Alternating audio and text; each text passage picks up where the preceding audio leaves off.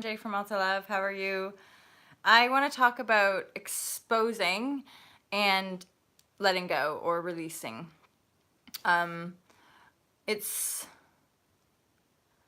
it's almost like when we lift lids. So when we have like the spiritual awakenings or we have experiences which show us like a whole bunch of stuff that we couldn't see before. So like hidden secrets are revealed, or like in these recent times how we've had a lot of kind of corruption being exposed in our mainstream, right? And all of it is a sense of exposure. It's like shining light into deeper darknesses. Now, what's important is for us to expose it, yes, and then let it go.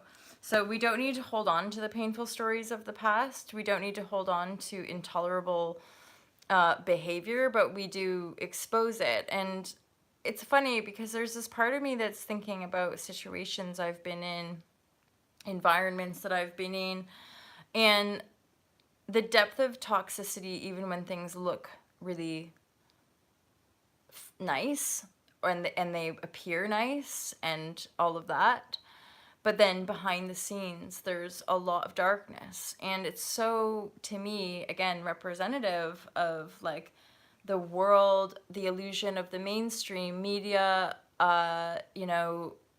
it, chasing this dream, this fantasy of fame and perfection and love. And the weirdest thing is, like, it's not out there.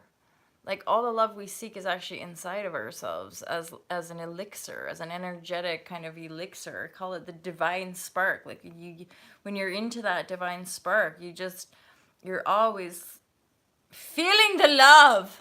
And this is the big leap, right? Is that I feel stuff all day, every day. I might be crying one minute, laughing the next, sitting here feeling anger, feeling like there's an emotional ebb and flow to aliveness, you know? And what we don't allow ourselves is to love it all.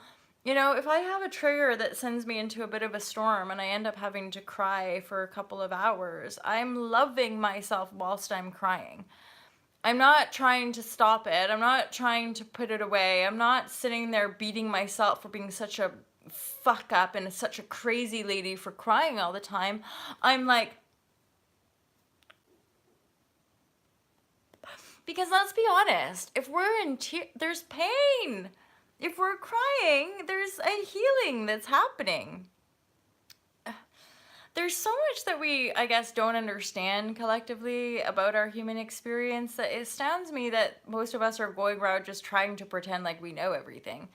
You know, and I think that's why I left the world of academia, was that I found it actually quite pretentious. Not that's a sweeping generalization, of course, but one, it is, because it's a classist institution, because you have to write a certain way, dictate a certain way, and well, usually you have to have a certain amount of money, like, and prestige to even get into these institutions. So, and for me, my rebellion, you could say, was I didn't align with the superiority of and the classist structure of academic institution.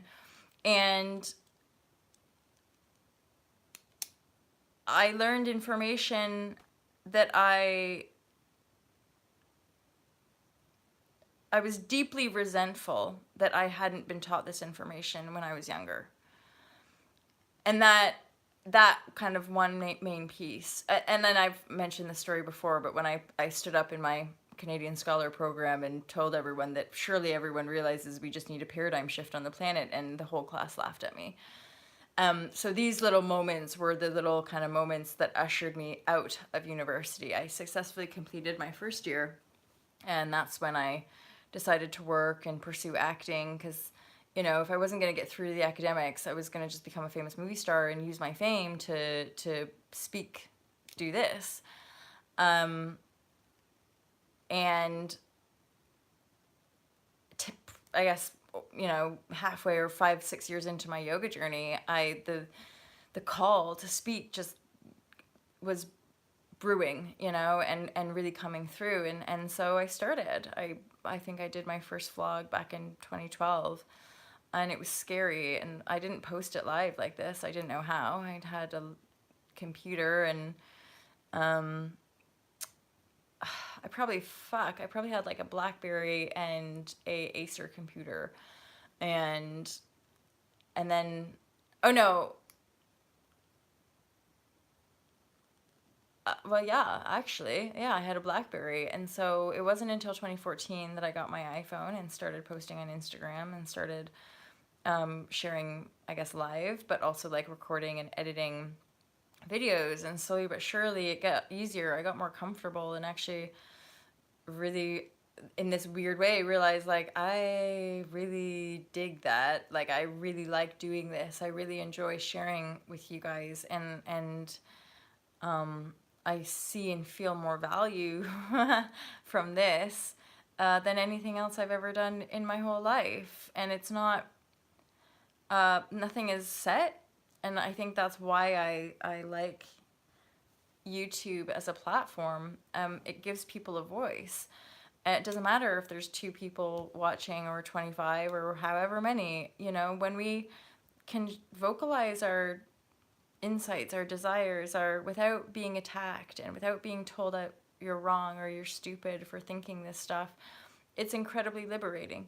And again, this is coming from somebody with a university degree. So I did go back and I got my acting degree at LIPA, Liverpool Institute for Performing Arts, which damn near killed me because I was a free spirit, and after my first year I wanted to leave. But that's when all those pattern distortions started to really come out, which again is part of the path of writing the book, and having that insight about patterns and toxic patterns and destructive dissension energy versus creative ascension energy, right? So moving from that dissension path to an ascension path and rising up and feeling incredibly liberated by exposing myself and letting go of my past creation.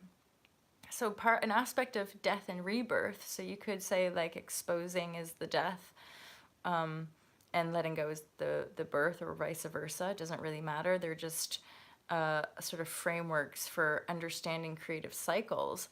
But it's like, when I say lifting the lid, that's the same thing as exposing something. If something's in the box, in the shadows, you lift the lid and the light shines into the box, right? So a lot of all of this is me just exposing myself, exposing myself as a fraud, exposing myself as someone who doesn't know what they're doing, exposing myself. And yet, in the world out there, I'm a meditation and yoga expert at a really fancy retreat, and and yet even that has been a huge part of my learning. And this is so bad. Like I've removed myself from some toxic situations, and I realize how deep that toxicity can really affect us. And I'm having this really like cheeky feeling of like, if you don't want me to expose you, you should have behaved better. Like people of privilege, people of certain standing, who lie and cheat and steal and treat people pretty poorly, and then kiss arse to people, like that duplicitousness is just intolerable to me now. I'm like, that's not the new paradigm. And letting go, expose it, see it, feel it, own it, and then let it go. That's not how we do anymore. That's not the earth order. That's not, no more are we going to be dictated and manipulated and in fear of people who use their status, their power, their money, to power over people. And it, because it's just a one-way thing. People expect us to do this, that, and the other, but then they're not behaving that way, reciprocally. And that's part of the old paradigm, why it's not sustainable, is that the old paradigm way of doing business sees other humans as like staff or numbers or just disposable napkins. And the way we're going in conscious business and new paradigm is like, new tech startups and stuff like that. It's about the team. It's about the people. And like even Richard Branson would say that. It's like his main priority is his team, his staff, the people that are like working for him. their joy, their happiness, that's the main thing. And then everything else follows after that. And that's how I like to operate with All to Love. Like, even with, working on having meetings and calls and all that kind of stuff, like encouraging all of us to be in the alignment flow. If someone's getting triggered, we have to sit there. We don't just power through. We sit and work out the trigger because that's usually relevant to something that we're working on. And again, it's understanding energy, understanding emotion, understanding manifestation, and then understanding how it works in a collective paradigm. In a reality where there's like all these other people and beings that are appearing to be doing all these other things, and we can absorb it as ourselves, or we can disenfranchise it, right? We can deny it, or just let it go. Expose something, look at it. Do you want that? If you don't want that, let it go. Move forward, move on. Or lift it, expose it, look at it. Hey, it's not so bad, actually. I might just keep hold of that. Or expose it, look at it, be like, oh my God, I love you. Whatever is being exposed, we're allowed to love it. Even all the fears and the densities and our past creations and the past self that we don't love, or the part of ourselves that we've still not been able to really fully accept. All of it can be exposed and let go of. So I hope that was useful to you, tribe. I love you guys loads. And oh, how weird. I just had a little brain fart there. Feeling like I was talking to my tribe. I guess you guys are my tribe. I guess all of you people are my tribe. But join the Fearless Light tribe. Obviously, we're launching our courses, and I feel that the tribe will sort of merge and it sort of engulf all of the Fearless Life tribe will engulf all of the other courses, and so it becomes one big fearless tribe of change makers. Hey there. I feel like it was truth, kindness. Hey there. So the tribes, our Fearless Life tribe at All to Love is going to end up sort of enfolding all the other four. So we have this sort of big tribe of change makers doing emotional work, energy work, sustainability work, zero waste, unplug, veganism. So when did I first discover the law of attraction? So my mom introduced me to Louise Hay when I was 15. So it's like over 20 years ago. And, positive thinking, mind over matter. I've been aware of those teachings for a long time. And then having spiritual awakenings when I was 19, I read The Secret in my 20s, didn't really resonate with it at the time. And then stumbled upon Mike Dooley, Abraham Hicks in my late 20s and into my 30th year. Hey, Truth Kindness. I know. It's handy. I gotta say, I got one of those, and I'm really, really thankful.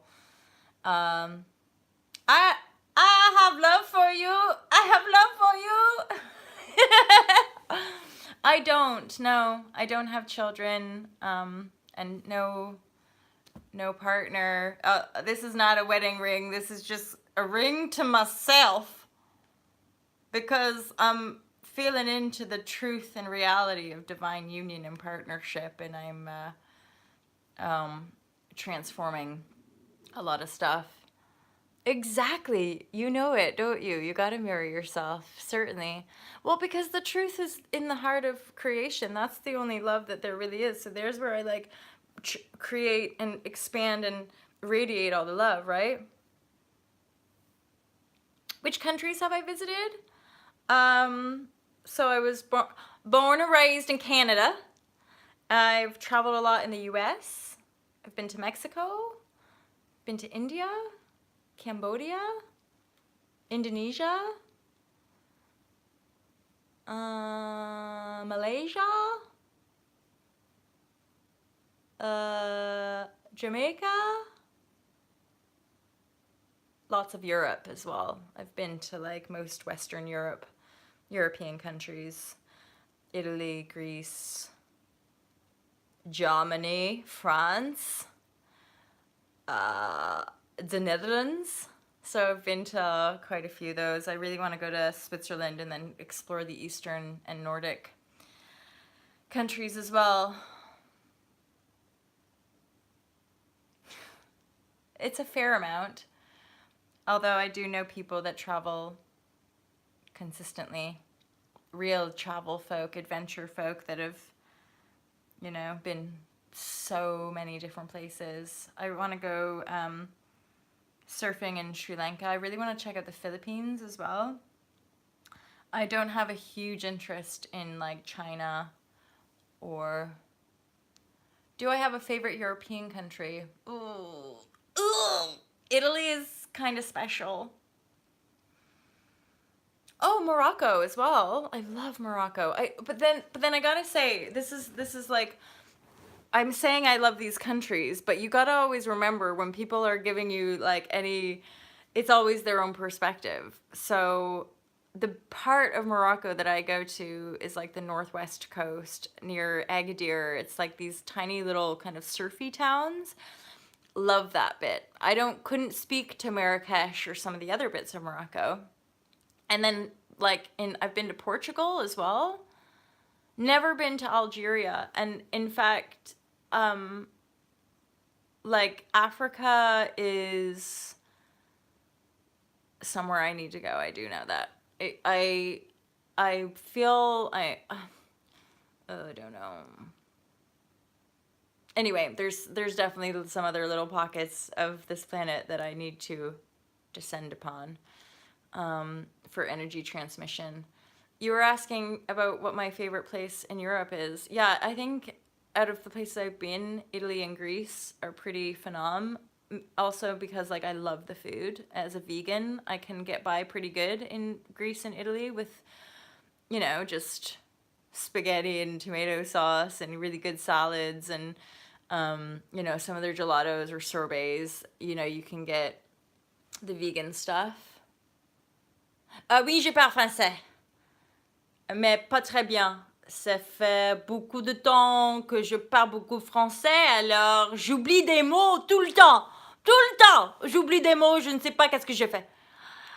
Ah, j'étudie les français. Ah, très bien, mon ami, très bien. Ah, thanks. We should practice French together. Or no, I'll find a tutor. I'll find somebody who actually speaks French, and then we could share some juicy stuff. Tout à fait. Oh my God, thank you, Truth Kindness. I'm so glad that you were here this morning. I feel like that's all I really wanted to share, needed to share. I'm really happy about my new lights. I think the shots look good. So it's the evening for you. Where are you? I'm in England, and it's like morning time. It's probably like 5 or 6 in the morning. You're in Oregon. Nice. I want to visit Portland. No, I live in the UK now. So again, after my awakenings, or my earliest spiritual awakenings, I left. My intuition basically guided me to the UK, so I bought a one-way ticket, and then I've never ended up leaving. I've studied here, so I went to drama school here, and then I was with somebody, and so I stayed for an additional 2 years, and then after those 2 years, I applied to be a resident. So I'm now a resident of the UK, and yeah, I've been here for like 15, 16 years. This is my job, my friend. No, I teach yoga, and I'm what people call a coach, and then for some reason the coaching industry totally triggers me, so I try to find little crafty words, like perspective calls. Basically, it's like doing this with people, but more tailored one-to-one spiritual guidance or life-affirming guidance, perspective guidance that helps people transform their lives and also gives them the courage to sit with their emotional densities. And then what can often trigger it out of people. So if I'm doing physical work with people, we either work doing the yoga stuff or healing energies? Thank you. Yeah, and again, it's all been guided because I never, like, most of my 20s was partying a lot, like, had these awarenesses, but couldn't figure out, like, how to get by in the world. And then a lot of the breaking free for me was, like, seeing value in yoga and spirituality and just going for it. And again, being guided. Like, pursuing an acting career and a performing arts career was literally destroying me. Like, just, getting suicidal and depressed again. And then I just sort of took a leap and was like, you know what? I love this yoga. I dig it. I feel it. I vibe it. I'm just going to teach it. And then the rest is kind of history. I've always been guided kind of by the yoga and by the heart. And now the next level guidance is pioneering All to Love and the zero waste movement and the unplugged movement and, getting people just to make the practical changes in their day-to-day lives that infuses a sense of purpose with people. Not a lot. I kind of joke about it sometimes with my yoga, in my yoga teaching style, because I, it's so bad. But like, you know how you do have to sort of learn and memorize a lot of the poses, and I did 10 years ago or whatever when I was doing my training, but then none of it stayed, if that makes sense. Like I remember about 5 different Sanskrit words. I remember about maybe 3 or 4 chants, and I do love the chants. Om Namah Shivaya, Om Namah Shivaya, Om Namah Shivaya, Om Namah Shivaya. So I love chanting the ones that I can remember, but I don't know a lot of Sanskrit. I'm not necessarily like, we'll see. I would love to maybe like go and do more study, or it's not Sanskrit. I more want to like go to France and brush up on my French, or go to Germany and brush up on my German, or go to Italy like and eat, pray, love, and just eat fucking pasta and have sexy Italian men speak Italian to me. I mean, Team Love goes to Italy to eat vegan pasta and talk Italian to sexy Italian men.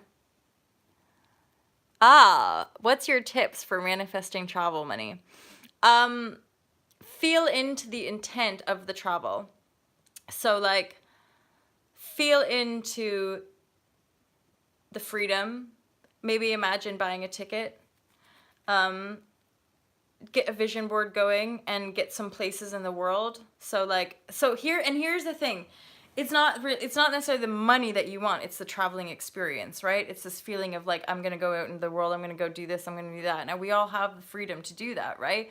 So to manifest it, you just have to physicalize and embody the feeling of, oh my God, I'm traveling, or like, oh my God, I'm going to have my backpack and I'm going to, and I'm leaving in 3 months and I'm going to go see here, there, So like get ramped up, and you have to really believe in yourself. You have to believe that you will get an opportunity to travel. You are traveling. You're at home on this planet, right? So of course you'll get to see it and travel and have all these new experiences.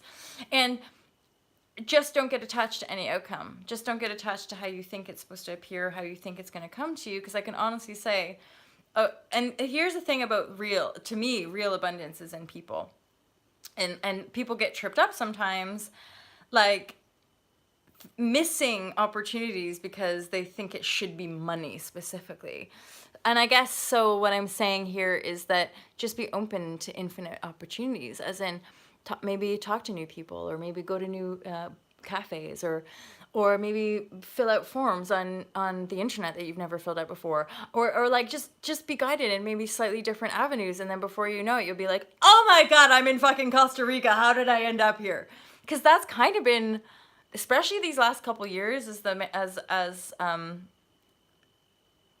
new paradigm energies really start to accelerate for us. It's like so many situations are becoming real that I'm just like, blown mind, because that was on my fucking vision board 6 years ago, and now I'm looking at it in the mirror.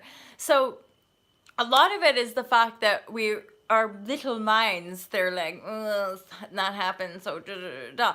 And we have this quick fix mentality. So when things take a little bit of extra graft, or a little bit of extra inner work, or a little bit of more of a commitment, sometimes we just too easily give up on ourselves. And yet all we have to ever do is remember and then re-believe in ourselves, and then boom, all those dreams are still there for us. I talk about it in the Fearless Life Guide. I'm like, once you start doing all this work, a lot of your like early childhood dreams start to come back, which is a really obvious thing for my journey, guys, because I was like pursuing an acting career, like serious, like gonna go be some star, blah blah blah. And like now, so definitely it's almost 7 years that I let go. Like I definitely ended my career as an actress and moved to the yoga, right? Now I'm moving into the YouTube and online entrepreneurship and selling products online. So there's like another career move here. Um, but yeah, just when we're chasing, our actual dreams elude us. And what I realized, the more I unraveled that programmed dream, so the dream that either via my parents or my society or whatever made me think I should do to be successful in the world, but actually following or pursuing that path, you know, damn near killed me and made me crazy and super depressed. All the, chasing the millions and chasing the success. And after unraveling all of that and coming back to what I feel and sense and really know is more truly who I am as like the essence of the being that I came here to be, I don't want any of that. How weird. We're so programmed to think that we all should want millions of dollars, that we all should want big mansions and fancy cars. And I'm like, no, I want, my next car purchase is just going to be the most eco car ever, 0 footprint. And then home wise, I'm absolutely contented in just, you know, you have like space for yourself and a couple friends to come over in your apartment. Like, that's great. And especially because I'm like, I like things to be clean, like I'm super clean and tidy and stuff. But then in that regard, that's why you don't want a mansion, because I'm like, God, it just take forever to fucking clean it, or you'd hire people to, I don't know, you know what I mean, you guys? Like when you really get to know yourself, you might realize you're just a fucking beach bum in a suit, because your parents told you that you would never be loved unless you were a fucking lawyer. And now you're a lawyer and you're realizing you don't care about all the shit that you can buy because you're a lawyer. You just want to live on the beach. And that's kind of like my thing. I really am not a woman who's like materially inclined. I know that my real value is not in, but also could I just say how pretty? This is a girl, this is a brand called Wonderlust Life Jewelry. I'm not like sponsored or anything. I just love her, and it's female led. And she also started around the time that I started my YouTube channel, so I feel like aligned with like expansion with her. But like, just look at how gorgeous this shit is. Anyway, it doesn't matter because it doesn't matter. These are just aspects of creation that enhance a feeling of beauty, a feeling of adornment, perhaps. That's something we all did. And again, that's the double edge of being a woman in this world, is that like, we don't want to be superficial biatches. At the same time, I think most people have a desire to be beautiful. I do. I know that. And I work at it. I consciously infuse my body with like what size I want to be and how I want to look and how I want to feel and blah, blah, blah, blah. So like manifestation power, it's within us. We just have to remember it, embody it, believe it, know it, and boom. Do it. Be the change, you guys. I think that's it. Truth, kindness. Thank you so much. This is a nice chat. It was, nice to have chats with you. Otherwise, who's ever joined me at this late hour, I love you loads. Have an awesome day. I look forward to speaking to you real soon. I'm picking up my camera today. So eventually you're going to have new juicy content with really, really good, clear shots. Have you been to Scandinavia? No. But when I say the Nordic countries, that's what I'm talking about. I really want to go to Iceland and Norway. Iceland and Norway are definitely on my hit lists for this year. I've got some clients who live in Norway, so I don't know. Maybe I look at doing a retreat there, or there's like these like salty, natural hot springs or something in Iceland. So I think MJ is just gonna save herself up a bit of cashola, go to Iceland and treat herself to just 3 or 4 days of spa, but outdoor Iceland spa. We will see. We will see. What site did you use to find your places to stay in your mind? I always use Airbnb or Booking.com. The very, very few times where I've been stuck, trust you're being guided and people will help you out. Because that has happened to me as well, where I've had people just take me in, basically, which is always a nice thing. When you're either going to end up on the street or end up, not feeling safe for an overnight sleep, and then you end up meeting and bumping up and coming across kind, generous people who are like, oh, you're destitute, I will help you, I have food and a house, and you're like, oh, thank you. So you also can totally believe in the kindness, compassion, and generosity of your fellow humankind, because that is my experience, as well as people who have other shit going on and they pretend to be nice, and there's not always that kind of generosity there. But hey ho. C'est la vie in the privileged entitlement of people who are deeply sad but try to pretend they're not. So, Okay, I'm out. I'm out. Really? Well, I think you're going to get on that plane, Or road trip for more travels. I look forward to it. Hey, if you get on that plane, come to England. Pay me a visit. We'll meet up in London and go for some vegan cafe. I have a friend. Actually, in this country, I've met a few people who don't drive. It's actually very normal. More normal in the UK for adults not to drive than probably in the US or Canada, because me and my friends, we all my friends and I, we just all got our license right when we were 16 and started driving. I was driving before. I was a bit of a rebel. I used to steal my mom's car and stuff before I even had my license. Anyway, guys, love you loads. Have a great day. I'll speak to you soon. Peace out, mofo lovers. La la la la.